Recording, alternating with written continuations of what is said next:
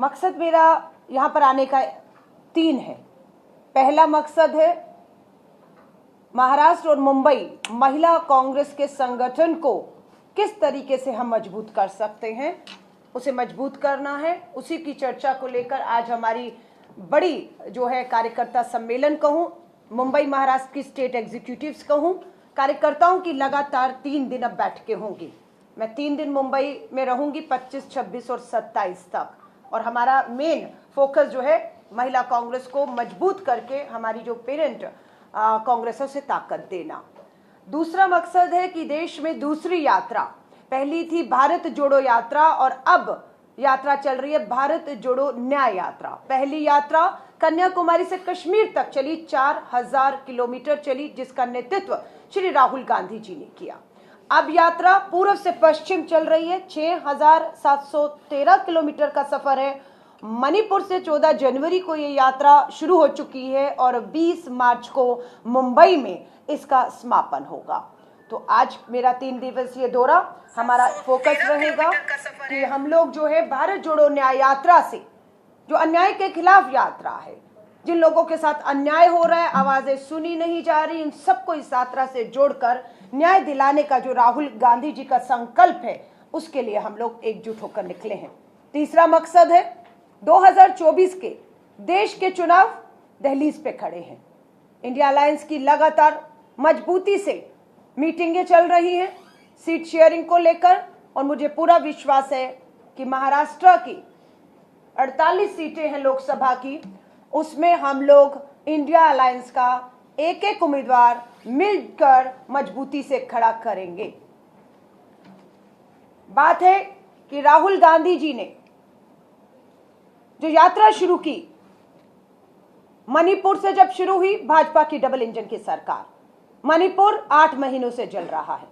प्रधानमंत्री जी समय निकाल लेते हैं एक आइलैंड पे जाकर समुद्र किनारे बैठकर तस्वीरें खिंचाने का, कोई हमें परेशानी नहीं, लेकिन एक दिन 1 घंटा मणिपुर के लिए भी निकाल लेते तो अच्छा होता।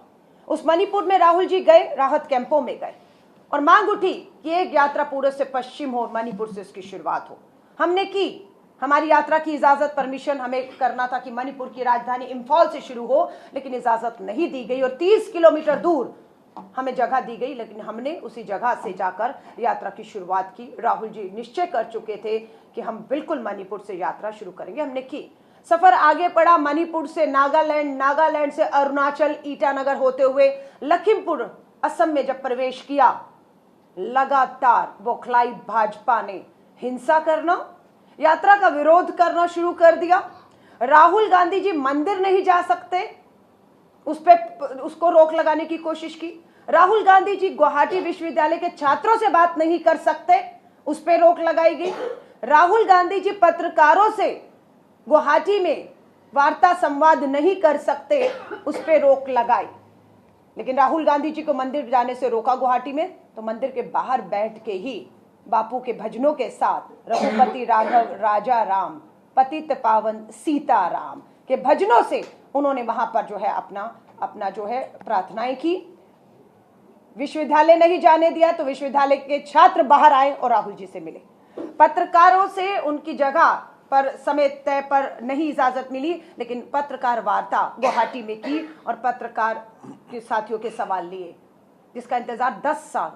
प्रधानमंत्री जी कभी कोई प्रेस कॉन्फ्रेंस करेंगे? लोकतंत्र के उठ रहे ज्वलंत सवाल जो मीडिया के माध्यम से पूछे जाते हैं, सत्ता विपक्ष से मौका देंगे। प्रधानमंत्री जी ने वो मौका तो नहीं दिया, लेकिन राहुल जी से भी हक छीनने की कोशिश थी।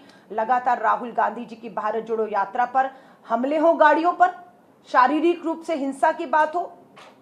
हमारे वहां के भूपेंद्र बोरा जी असम के कांग्रेस अध्यक्ष है, बकायदा उनको सर से टक्कर मारकर नाक फोड़ा गया और लहूलुहान हुए। वो हर तरीके से यात्रा को रोकने की, हिंसा में तब्दील करने की कोशिश हुई। पर मुझे इस बात का खुशी और फक्र है कि पूरे उत्तर पूर्वी हमारा जो शुरू हुआ यात्रा, मणिपुर, नागालैंड, मेघालय, अरुणाचल प्रदेश, असम में लोगों का तहे दिल से शुक्रिया और धन्यवाद करना चाहते हैं कि यात्रा बेहद ही कामयाब हुई।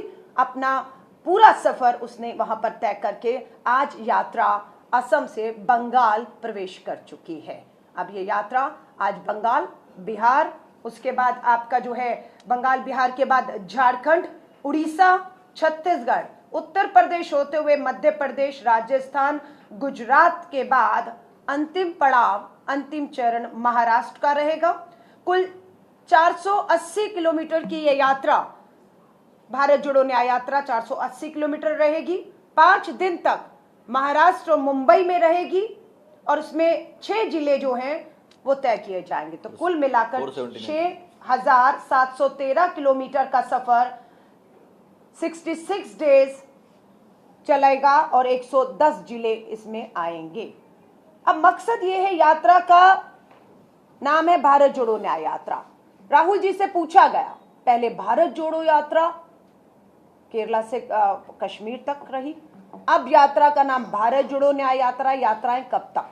राहुल जी का जवाब था, न्याय का हक मिलने तक। जो हमारा नारा भी हो चुका है कि न्याय का हक मिलने तक ये यात्राएं निरंतर जारी रहेंगी। आप पूछेंगे कि न्याय का हक किसको चाहिए? महिला कांग्रेस की राष्ट्रीय अध्यक्ष होने के नाते 33% आरक्षण 10 साल के लंबे इंतजार के बाद पास तो हो गया, जो 2014 में ही हो सकता था, बहुमत था, आपने वायदा किया था, चाहते तो 2014 में आते ही कर सकते थे, लेकिन 2024 तक 10 साल का लंबे इंतजार के बाद कानून तो बन गया, पर न्याय का हक अधूरा है, लागू नहीं हो रहा। आज हम बात कर रहे हैं, अगर महाराष्ट्र में ही ये लागू हो जाता देश में, तो 288 विधानसभा की सीटों पर आज की तारीख में 23 महिलाएं ही सिर्फ विधायक हैं। और आप सोच सकते हैं कितनी महिलाएं 33% के तहत विधायक लड़ती, जीती लोकसभा और संसद की 48 सीटों में, आज सिर्फ 7 हैं। तो 33% का अधिकार, न्याय का हक अधूरा है।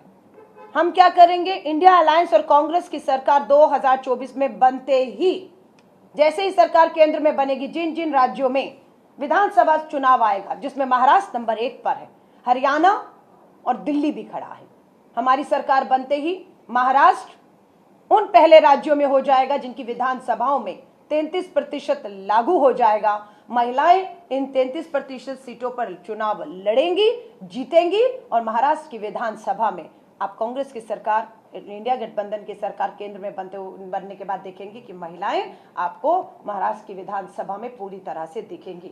मेरे साथ संध्या जी, अनीशा जी, संध्या जी हमारी महाराष्ट्र की अध्यक्ष हैं, अनीशा जी मुंबई की हैं, भावना जी भी इस मंच पे बैठी हुई हैं, हमारी बहुत सी बहनें हैं, सामने भी बैठी हैं, सब में वो काबिलियत है। और आपको मैं यकीन दिला रही हूं, 24 में ये बहनें आपको विधायक और सांसद बनकर महाराष्ट्र का प्रतिनिधित्व करते हुए सांसद के तौर पर दिल्ली में और महाराष्ट्र की विधानसभा में पूरे महाराष्ट्र का प्रतिनिधित्व करते हुए आपको दिखेंगी। राहुल जी ने 5 न्याय की बात की, युवा न्याय, भागीदारी न्याय, नारी न्याय, किसान न्याय और श्रमिक न्याय। हम राहुल गांधी जी का धन्यवाद करते हैं कि इस यात्रा में जो पहले 4000 किलोमीटर, अब 6000 किलोमीटर, 10,000 किलोमीटर, उसमें नारी न्याय को उन्होंने बहुत महत्व दिया है। नारी न्याय की अगर हम बात करें, कैसा न्याय चाहिए? राजनीतिक न्याय, भागीदारी, आधी आबादी पूरे हक अधूरे हैं। पंचायत, नगर निगमों में राजीव गांधी जी की ही देन थी कि 33% और नगर निगम में 50% बहनें नगर निगम लड़ती हैं, पार्षद और मेयर बन रही हैं। लेकिन लोकसभा और विधानसभाओं में इस आधी आबादी का पूरा हक, न्याय अधूरा है। तो ये राजनीतिक न्याय की लड़ाई हमारी जारी है इस यात्रा के माध्यम से भी। आर्थिक न्याय की बात राहुल गांधी जी ने की है कि नौकरियां हो, बहनों को आर्थिक मदद दी जाए ताकि वो अपने कोई भी रोजगार काम शुरू कर सके और महिलाओं का आर्थिक सशक्तिकरण हो पाए, वो किसी तरह किसी पर निर्भर ना रहे। संवैधानिक और कानूनी न्याय, संविधान और कानून में हमें हक और अधिकार दिए हैं।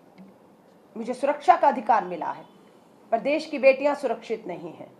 मैं अभी नेशनल क्राइम रिकॉर्ड ब्यूरो के ही आपके जो आंकड़े हैं उसे देख रही थी, जो बताते हैं 2019 से 21 में, 19 से 20, 20 से 21, मात्र 2 साल में केंद्र की भाजपा सरकार के तहत देश में 10 लाख बहनें लापता हैं। कहां है वो बहनें? कहाँ है हमारी बहन, कहाँ है हमारी वो 10 लाख बेटियां जो 2 साल में लापता हो गई हैं। और उसमें सबसे बड़े कौन से 2 राज्य हैं? महाराष्ट्र और मध्य प्रदेश।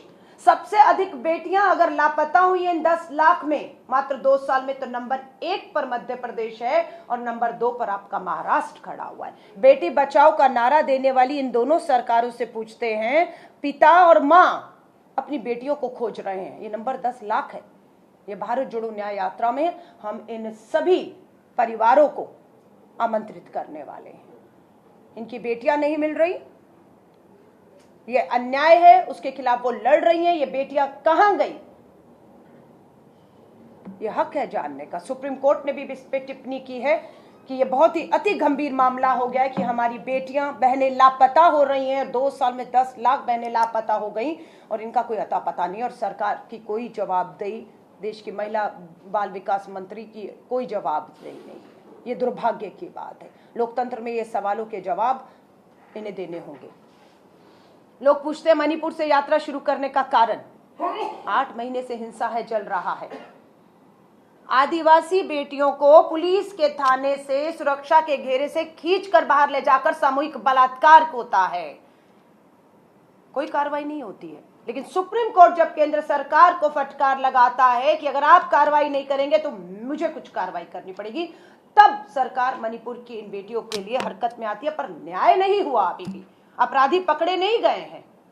अगर मैं आपको मणिपुर से लेकर आती हूं हरियाणा में, साक्षी मलिक, ब्रजभूषण शरण भाजपा का सांसद है, यौन उत्पीड़न के गंभीर आरोप लगे उस पर। सुप्रीम कोर्ट का फिर धन्यवाद करते, अगर सुप्रीम कोर्ट फटकार ना लगाते तो ब्रजभूषण शरण के खिलाफ दिल्ली पुलिस एफआईआर ना करती। लेकिन न्याय का हक अधूरा है क्योंकि ब्रजभूषण शरण आजाद घूम रहा है। ये पोस्टर है, केंद्र में कोई और नहीं, केंद्र में देश के प्रधानमंत्री हैं। ये है ब्रजभूषण शरण।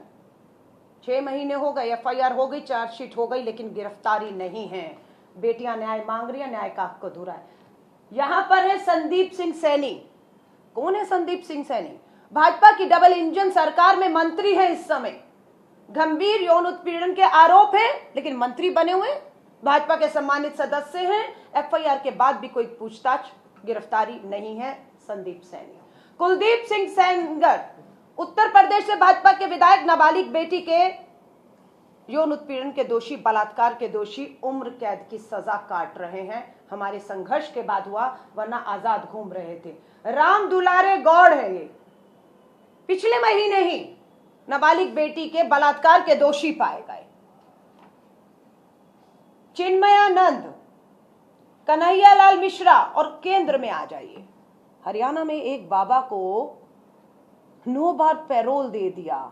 उस बाबा के खिलाफ गंभीर हत्या और बलात्कार के आरोपों में वो दोषी साबित हुए हैं। 24 साल 22 साल की उन्हें उम्र कैद है, लेकिन 9 बार पैरोल पर आकर आजाद घूम रहे हैं। और जिन्होंने उनके खिलाफ लड़ाई लड़ी, वो परिवार, वो बेटियां सहमी हुई हैं क्योंकि वो आजाद घूम रहा है बाहर पैरोल पर आकर। हरियाणा, मणिपुर, उत्तर प्रदेश का दृश्य है। प्रधानमंत्री जी हैं केंद्र में, प्रधानमंत्री जी का संसदीय क्षेत्र है वाराणसी। वाराणसी के बीएचयू में पढ़ने वाली आईटी की छात्रा के साथ सामूहिक बलात्कार हुआ है। बलात्कारी कोई और नहीं, भाजपा के आईटी सेल में काम करने वाले 3 बड़े नेता। प्रधानमंत्री जी के साथ तस्वीरें हैं। 2 महीने तक आंदोलन चला बीएचयू में, माफी चाहूंगी किसी ने नहीं दिखाया। बेटियां न्याय मांग रही थी और भाजपा के ये तीनों सामूहिक बलात्कार करने वाले मध्य प्रदेश में भाजपा के लिए प्रचार कर रहे थे। लाडली योजना का प्रचार प्रसार करके वहां सरकार बनाने में मदद कर रहे थे। प्रधानमंत्री जी की अभी तक चुप्पी नहीं टूटी है। अब आ जाती हूं आपको गुजरात में, पूरब से चली मणिपुर से पश्चिम की तरफ आ रही हूं। ये तस्वीरें हैं गुजरात की। साक्षी मलिक है अगर कहीं तो कहीं पर बिल्किस बानो। गुजरात की बहन बेटी 21 साल की थी जब 5 महीने के गर्भ से थी। 11 लोगों ने सामूहिक बलात्कार किया बिल्किस बानो के साथ। 7 लोग परिवार के मौत के घाट उतार दिए गए। उसमें 3 साल की बच्ची भी शामिल थी। लंबी लड़ाई न्याय की लड़ी और अंत में सारे 11 के 11 बलात्कारी दोषी करार दिए गए, उम्र कैद। लेकिन दिन था 15 अगस्त 2022। प्रधानमंत्री जी लाल किले की प्राचीर, वही लाल किले की प्राचीर जिसे बेटी बचाओ का नारा दिया था, 15 अगस्त 2022 को नारा था आजादी का अमृत महोत्सव, आजादी का अमृत महोत्सव। और ठीक उसी दिन 15 अगस्त 2022 को बिल्किस बानो के 11 सामूहिक बलात्कारी और हत्याओं को आजाद रिहा किया जा रहा था। लड़े 1 साल तक फिर सुप्रीम कोर्ट में इनकी रिहाई के खिलाफ। धन्यवाद करते हैं एक बार फिर सुप्रीम कोर्ट का, पूरी देश की आधी आबादी और बहनें हमारी, कि अगर सुप्रीम कोर्ट आज फैसला ना देता तो ये 11 के 11 बलात्कारी, ये मंच है, इस मंच पे ये बलात्कारी 11 जो छोड़े गए सामूहिक, वो भाजपा का सांसद और विधायक बैठा है। 2022 के गुजरात चुनाव में रिहा होने के बाद प्रचार प्रसार करा रहे थे इनसे। आज सलाम कहे, धन्यवाद है सुप्रीम कोर्ट का कि सभी को वापस आदेश हुआ जेल में वापस ठूसने का। यह हुआ है भाजपा की सरकार में। मैं ये नहीं कह रही कि कांग्रेस की सरकारों में महिलाओं के खिलाफ या देश के दूसरे राज्यों में जहां गैर भाजपा सरकारें हैं वहां अपराध नहीं है, अपराध वहां पर भी है। पूरी कोशिश है अपराध को कुचला जाए, लेकिन क्या ऐसी तस्वीरें कांग्रेस शासित या गैर भाजपा शासित राज्यों में कभी देखी है जहां पर बलात्कारी कोई और नहीं, सत्ता में भागीदारी हो, भाजपा सांसद और विधायक हो, और जिसे बचाने की कोशिश पूरी सरकार कर रही हो, बचाने की नहीं, उन्हें प्रचार प्रसार में उनसे करवा रही हो। यह आधी आबादी की लड़ाई हम महिला कांग्रेस के मजबूत संगठन से, नारी न्याय का नारा जो राहुल गांधी जी ने दिया है, उसे लेकर हम अब आगे बढ़ने वाले हैं। और मुझे पूरा विश्वास है महाराष्ट्र और मुंबई महिला कांग्रेस और हमारा शीर्ष नेतृत्व जो यहां पर कांग्रेस का है, महिला कांग्रेस पेरेंट बॉडी है, एक हमारा उसका घटक दल है, और हम पूरा विश्वास दिलाते हैं कि एड़ी चोटी का जोर लगा देंगे। जो बहनों के साथ अन्याय हुआ है महाराष्ट्र में, उन सभी बहनों तक हम पहुंचेंगे और उन बहनों का हाथ पकड़कर भारत जोड़ो न्याय यात्रा के साथ हम जोड़ेंगे, ताकि वो अपनी बात को कह सकें और उनके साथ जो अन्याय हुआ है उसकी बात सीधा राहुल जी से करें और हम न्याय के खिलाफ उनके लिए लड़ें, न्याय के लिए। अब हर कोई पूछ रहा है राहुल गांधी जी की यात्रा से कैसे जुड़ा जा सकता है। हम एक मिस कॉल नंबर जारी किया है, उस मिस कॉल नंबर पे लाखों लोग कॉल कर रहे हैं, मिस कॉल दे रहे हैं और न्याय योद्धा बन रहे हैं। मिस कॉल देते ही न्याय योद्धा हो जाएंगे, भारत जोड़ो न्याय यात्रा से जुड़ पाएंगे, यात्रा के साथ चल पाएंगे, राहुल जी से अपनी बात को कह पाएंगे, ताकि हम उनकी लड़ाई को अंत तक, न्याय का हक मिलने तक लग सके। मैं आपसे वो नंबर शेयर करना चाहती हूँ। नंबर है मिस कॉल नंबर न्याय योद्धा बनने के लिए और यात्रा में जुड़ने के लिए 9891802024। मैं दोबारा हिंदी में ये नंबर दोहरा रही हूं। न्याय योद्धा बनने के लिए, यात्रा से जुड़ने के लिए मिस कॉल नंबर है 9891802024। मैं अपने साथ आज मेरे दिल्ली में ऑल इंडिया कांग्रेस के स्पोक्स पर्सन के तौर पर बहुत से राज्यों में अतुल लोंढे जी और हमने साथ काम किया। आज आपका भी मैं धन्यवाद करती हूं कि आप इस प्रेस वार्ता में मेरे साथ हैं। मैं नाना गांधी जी का भी धन्यवाद करती हूं, उपाध्यक्ष हैं महाराष्ट्र प्रदेश कांग्रेस कमेटी के, वरिष्ठ नेता हैं आप। बिल्कुल, आप सम्मानित हैं, आपका धन्यवाद कि आप हमारी आज की प्रेस वार्ता में हमारी बहनों को ताकत देने के लिए प्रदेश कांग्रेस कमेटी के जो हमारे अध्यक्ष हैं उनकी ओर से आप यहाँ पर हैं। मैं आप सभी का तहे दिल से धन्यवाद करती हूँ। लगातार 3 दिन हमारी महिलाओं के बीच में बैठकें होने वाली हैं।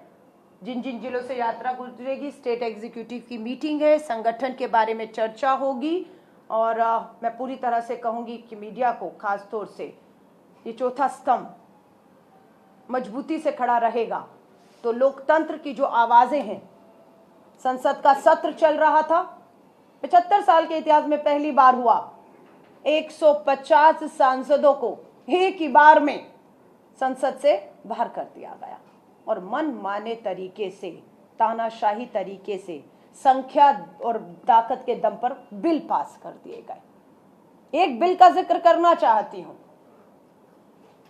चुनाव 2024 का देश का लोकसभा का और विधानसभा का है। फैसला हुआ कि चुनाव आयुक्त और सदस्य, 2 सदस्यों की नियुक्ति निष्पक्षता से होनी चाहिए। लोकतंत्र का उनके कंधों पर जिम्मेदारी है। एक एक वोट की जिम्मेदारी, पहरेदारी उनकी जिम्मेदारी है।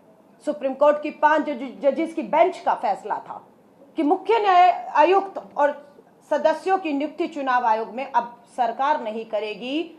उसमें पैनल बना, प्रधानमंत्री होंगे, नेता विपक्ष होंगे और मुख्य न्यायाधीश, चीफ जस्टिस ऑफ इंडिया, 3 लोगों का पैनल तय करेगा कि मुख्य चुनाव आयुक्त और 2 सदस्य कौन होंगे। किसी को कोई आपत्ति हो ही नहीं सकती थी, लेकिन घमंड और तानाशाह में सरकार ने 150 सांसदों को निलंबित किया, सदन से बाहर किया, बिल लेकर आई, पास करवा दिया कि मुख्य चुनाव की आयुक्त की नियुक्ति में सरकार का ही दखल रहेगा, 2 सरकार के लोग रहेंगे और 1 नेता विपक्ष रहेगा और मुख्य न्यायाधीश जो देश को न्याय दिलाने का काम करते हैं। सबसे ज्यादा अगर किसी को भरोसा होता है, हर तरीके से अन्याय होता है, तो वो अदालतों की तरफ, मुख्य न्यायाधीश की तरफ देखता है, सुप्रीम कोर्ट की तरफ देखता है। लेकिन ये सरकार डरी हुई उसको बाहर कर दिया कि मुख्य न्यायाधीश इस नियुक्ति में नहीं रहेंगे। अब आप सोच सकते हैं, लोकतंत्र में यह सवाल तो उठेगा कि क्या डर था, क्यों ये अध्यादेश लाकर ये फैसले लिए गए।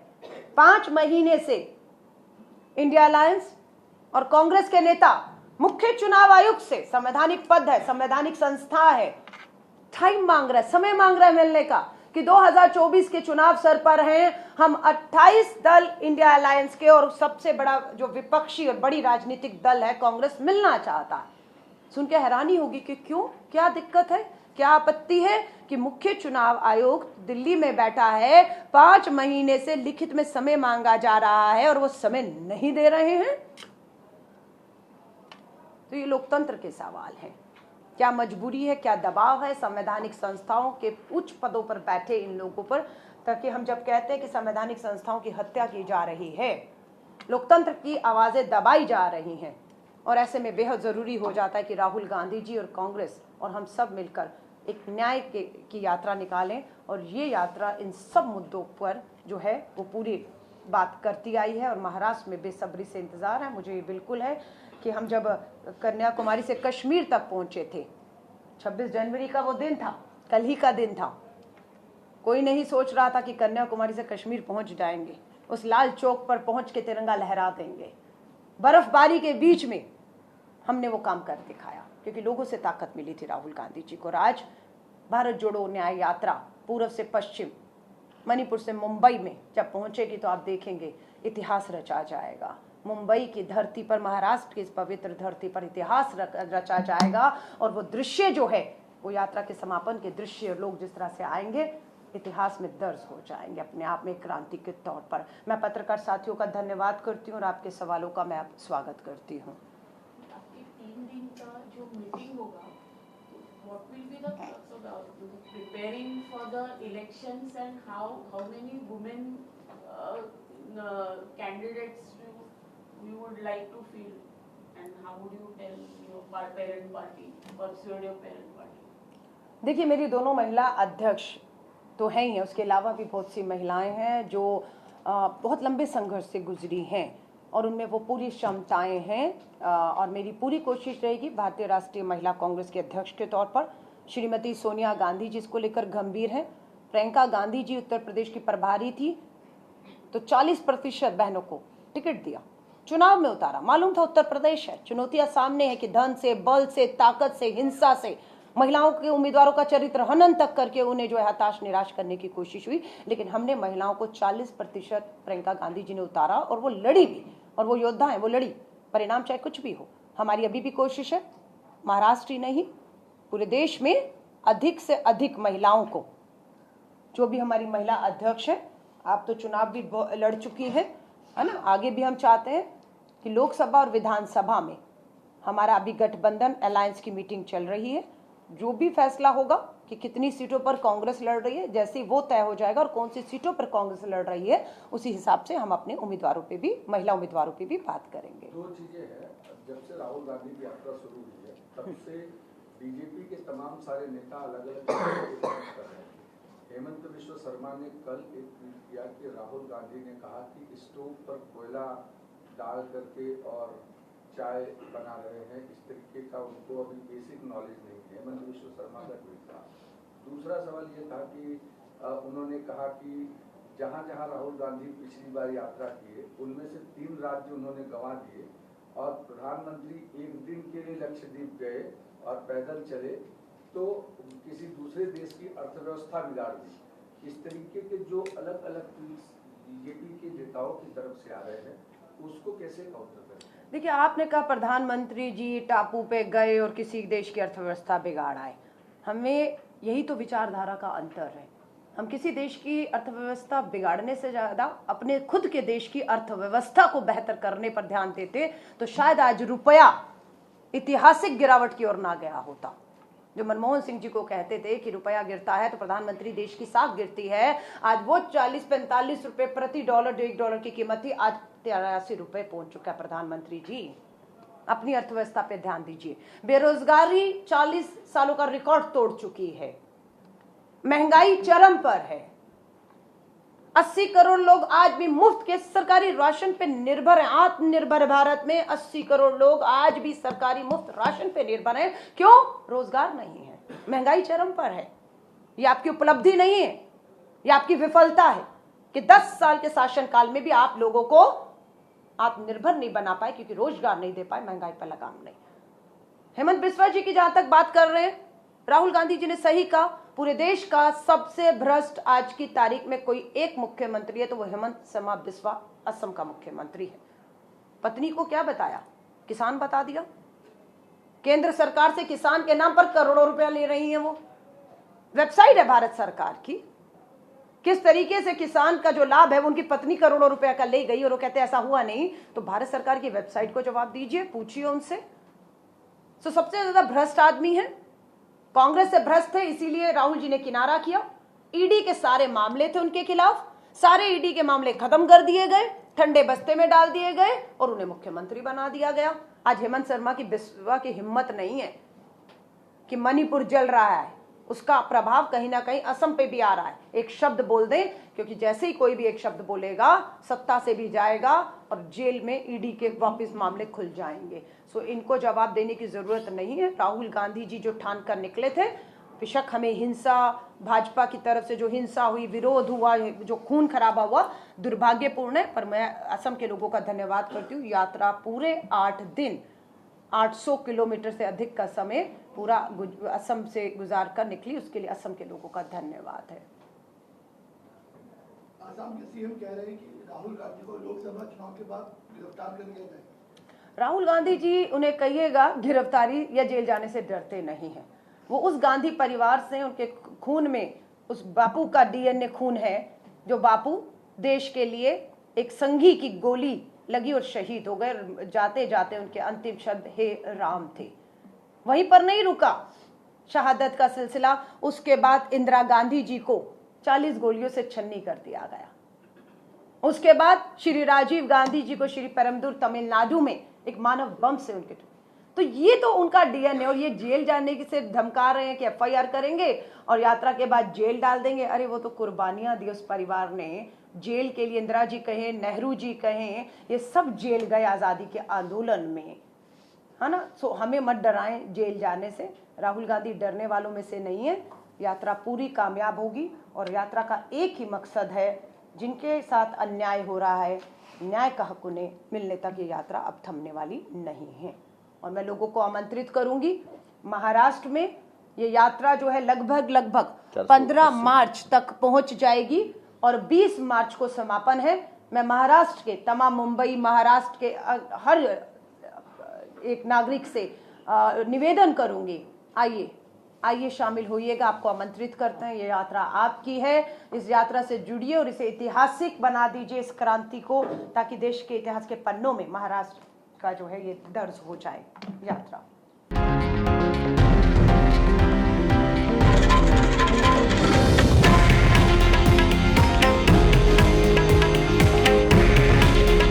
हे आहे देशातील नंबर 1 न्यूज नेटवर्क आणि आपण पाहत आहात TV9 मराठी.